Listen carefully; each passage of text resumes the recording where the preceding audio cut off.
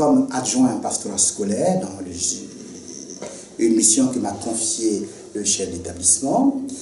Donc cela m'a amené et m'amène tous les jours à être au contact des élèves.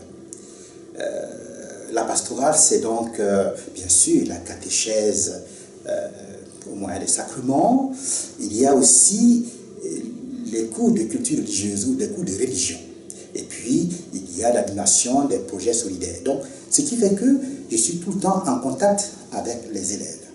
Et puis, il arrive aussi que j'ai quelques missions à l'extérieur, dans d'autres structures, auprès d'autres structures, où je rencontre aussi pas mal de jeunes. Et j'ai mis du temps à observer. J'ai vu que certains jeunes ont de la souffrance, effectivement, parce qu'ils se confient à moi. Et j'ai essayé de comprendre ces souffrances-là, et cela tournait autour des addictions, de la boulimie, de l'anorexie, et également la démaîtrise des réseaux sociaux. Donc souvent ils tombent dans la pornographie. Et cela m'a fait comprendre qu'il était question que nous réagissions, même si ça se fait déjà, hein, au niveau de l'État, au niveau des personnes, des penseurs, des éducateurs. Pas mal de choses se font dans ce sens-là. Et j'ai voulu apporter ma pierre donc à l'édifice. C'est ce qui a conduit à l'écriture de ce livre. Ce premier chapitre va être un dialogue avec les jeunes. Le deuxième chapitre, c'est l'analyse et les préventions suite au dialogue que nous avions établi avec les jeunes et ce qui en est sorti. Et le troisième chapitre va être maintenant une sorte de synthèse pour cibler clairement les zones d'addiction et voilà, qu'est-ce qui est addiction concrètement. Et donc il y a les produits, voilà. Il y a la cigarette, il y a la boisson, il y a les stupéfiants, voilà. Et il y a aussi l'anorexie et la boulimie qui constituent aussi des formes d'addiction. Ce qui va constituer le troisième chapitre, et donc les domaines favorables aux addictions et aux conduites à risque. Le quatrième chapitre, évidemment, est un peu particulier, mais n'est pas éloigné des jeunes. Il s'agit bien sûr de la pornographie. Aujourd'hui, les réseaux sociaux sont une chance, il faut le dire.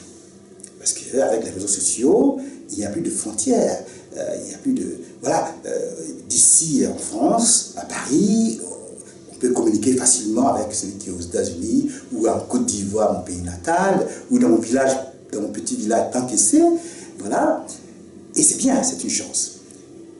En revanche, je ne suis pas sûr que les jeunes aient toute la maîtrise de ces réseaux sociaux-là, si on ne vient pas en aide. Et donc, du coup, l'accent que j'ai mis sur la pornographie, c'est parce que j'ai eu la chance de participer à un colloque qui s'est passé il y a 1 an à l'université catholique de Lyon, et dont le thème était la pornographie à l'ère du numérique. Quel défi pour l'éducation à la sexualité au niveau des jeunes. Et donc j'ai pris quelques idées et j'ai rebondi là-dessus en me ressourçant dans la Bible, donc c'est la partie théologique, pour dire que, en fait, notre rapport les uns avec les autres est basé sur le fait que nous sommes créés à l'image et à la ressemblance de Dieu, comme le dit Genèse chapitre 1. Et cette citation est partagée par les grandes religions abrahamiques, hein, ou monothéistes, j'allais dire, par ordre chronologique, le judaïsme, le christianisme et l'islam.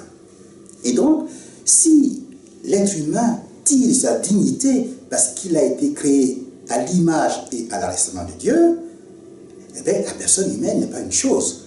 Elle n'est pas chosifiée. Le rapport à la femme, avec la femme, ou le rapport avec l'homme, doit être quelque chose de noble et d'élégant. Donc, je mets l'accent là-dessus pour pouvoir valoriser les rapports humains et même la sexualité. Voilà, ça c'est le quatrième chapitre, donc la pornographie. Que pensent les jeunes face à ce fléau qui gangrène notre société également, parce que si on n'a pas la maîtrise, eh bien, cela peut aller très loin. C'est une contribution. Et il y a des personnes qui travaillent sur ce sujet depuis longtemps, depuis belle lurette. J'apporte, comme je l'ai dit à l'instant, ma pierre à la construction et au mieux-être de la jeunesse. Au-delà de ce que je peux entreprendre dans mon établissement, dans ce rapport direct avec la jeunesse, je pense que cette expérience mérite d'être partagée. Et c'est pour cela que j'ai fait ce livre, pour qu'il puisse être partagé par beaucoup de personnes, au-delà même de la France. Donc si cela se fait, et que les éducateurs, qu'ils soient spécialisés ou pas, ou les responsables des instituts, toutes les personnes, les parents, les psychologues scolaires, les psychiatres, toutes ces personnes-là qui s'occupent de la jeunesse, des ados, s'ils peuvent trouver une idée là-dedans pour pouvoir aider tel ou tel jeune, je pense que nous serons sur la bonne voie.